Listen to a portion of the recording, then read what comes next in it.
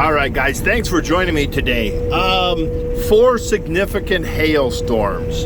What's your opinion on having 4 significant hailstorms? So right around drilling time, right after I drilled barley, we ended up getting almost 10 inches of rain in 2-week time period. And then as the barley and the oats were growing and the wheat was growing, we ended up with 4 significant hail events. And I think it kind of took its toll on the barley and the oats. I'm not trying to sound like a whiner, like, oh, geez, these stupid barley can't even handle a hail event, but I'm just saying that this was a hellacious year for these small grains. Not really ideal. And well, like I said, you look at the alfalfa, clover, and grass coming up. So this is pasture bay number 2. So you got 30 acres of number 1 where the cows are now down the hill there. And so that's pasture number 1. And this is pasture 2, and then pasture 3 is right there, right there. And so I think what we might do is, after we get this barley off of 2 and 3, is I'm tempted to make baleage out of this one, give it a week or 2 to pep back up after the combine. And then on pasture 3, I'm tempted to just turn the cows out there and let them graze it. So they can graze over there for 3 weeks. And that would give their pasture time to recover. That would give this pasture 3 weeks to regrow.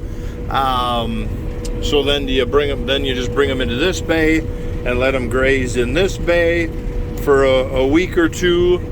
On whatever regrows here, and then, you know, crabs and Friday, that we're talking close to snow season by then, and so hopefully by then that pasture has grown. And yeah, so we're doing good here for the cows. We're just not doing so great on the cash crop side of grain production for these small grains, but we'll get it next year. We'll get it next year. Don't you worry.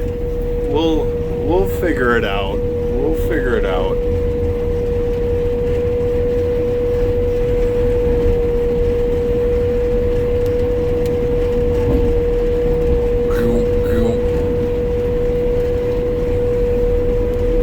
Yeah, look at that. Beautiful behind it. Oop, I gotta set her down a little bit. Oop, there we go. Yeah.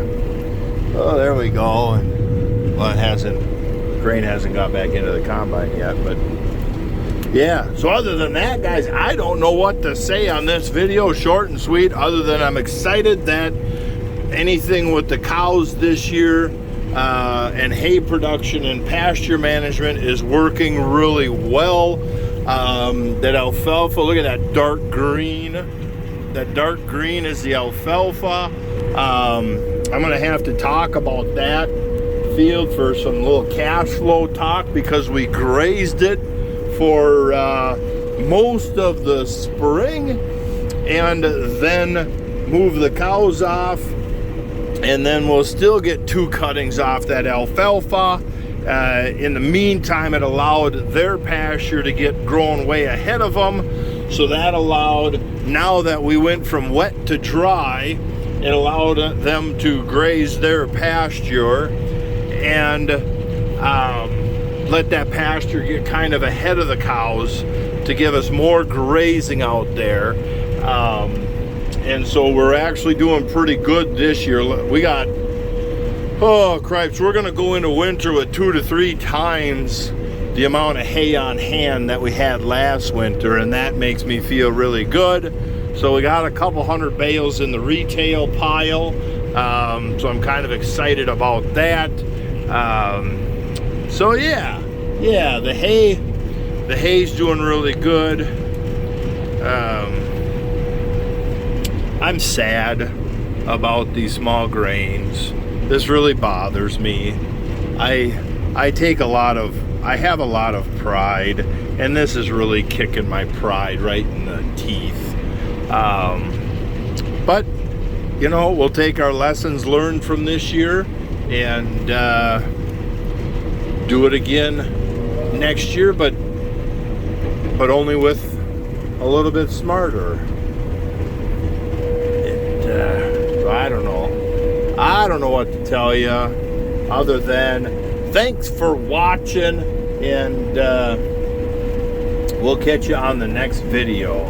Yeah, I think that would make a nice, I think that's a good conversation over there, because that had the potential, had we had a more normal spring, that alfalfa field, not to be a teaser, but that could have been the most profitable field in Minnesota as far as row crops go. But all right, guys, have a great day. Thank you for watching.